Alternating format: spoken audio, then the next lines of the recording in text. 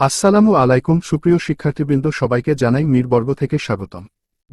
বাংলা উপন্যাস ৩ অনার্স চতুর্থ বর্ষ সাজেশন ২০২৪ ক বিভাগ। অতিসংক্ষিপ্ত প্রশ্ন ও উত্তর। ১। খালি তামুক খাইলে পেট ভরব। কার উক্তি? উত্তর। খালি তামুক খাইলে পেট ভরব। উক্তিটি গৌরাঙ্গ সুন্দরের। ২।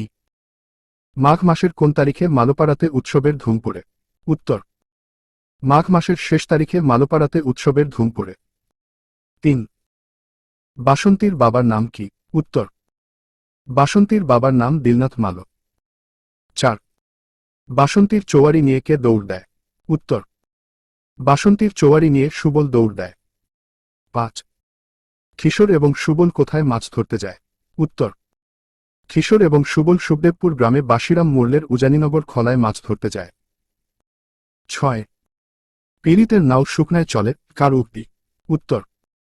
পীড়িতের নাও শুকনায় চলে, রাধার মনের উক্তি। ৭। অদ্বৈত মল্লবর্মণের তিতাস একটি নদীর নাম প্রথম কোন পত্রিকায় প্রকাশিত হয়? উত্তর। অদ্বৈত মল্লবর্মণের তিতাস একটি নদীর নাম প্রথম মোহাম্মদী পত্রিকায় প্রকাশিত হয়। ৮। তোর হাতে দিয়া দিলাম, কাকে কে হাতে তুলে দিল? উত্তর।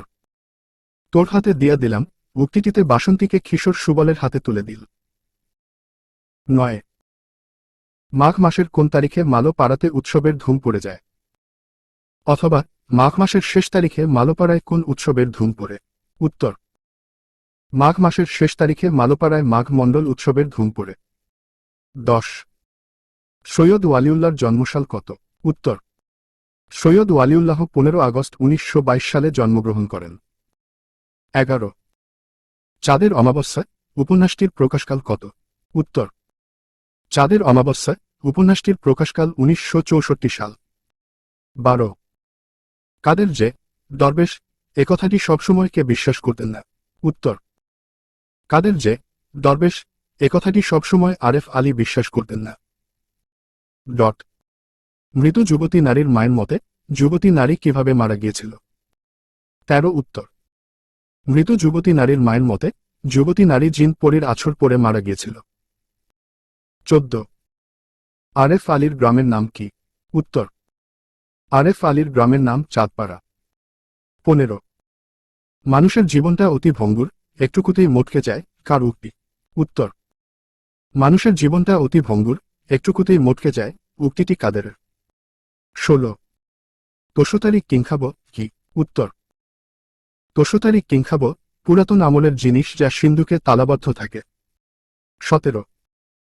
আখতারুজ্জামান ইলিয়াসের প্রথম উপন্যাস কোনটি? উত্তর। আখতারুজ্জামান ইলিয়াসের প্রথম উপন্যাস চিলেকোঠার সেপাই ১৯৮৭। ১৮। আবু তালেব নিহত হলে কোন স্লোগান উচ্চারিত হয়? উত্তর।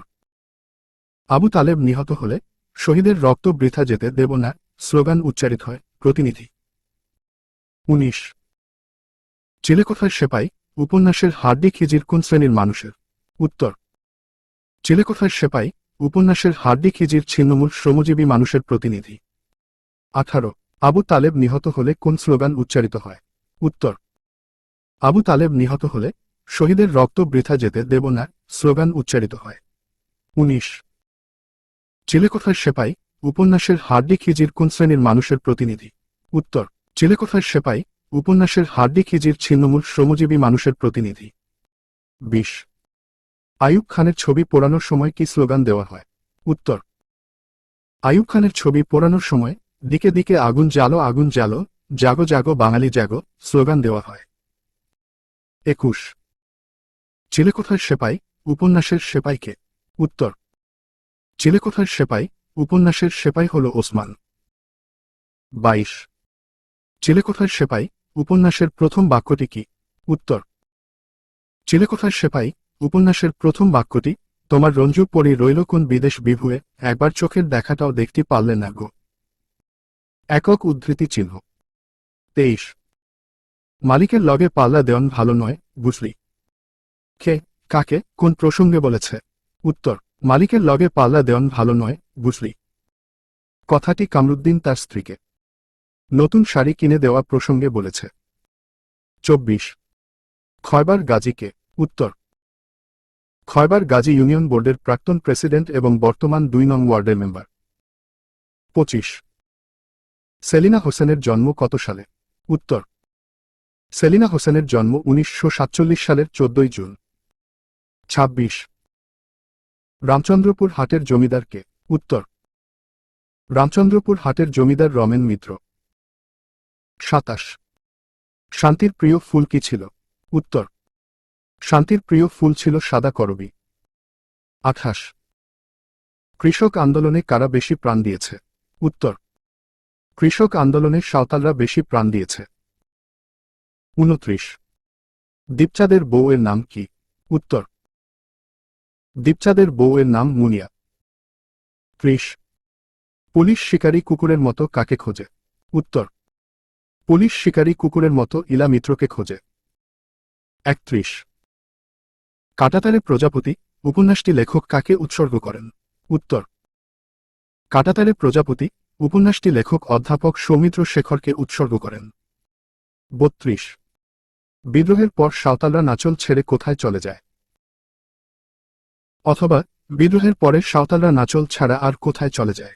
উত্তর, বিদ্রোহের পরে সাঁওতালরা নাচল ছাড়া সীমান্তের ওপারে যেতে চায়।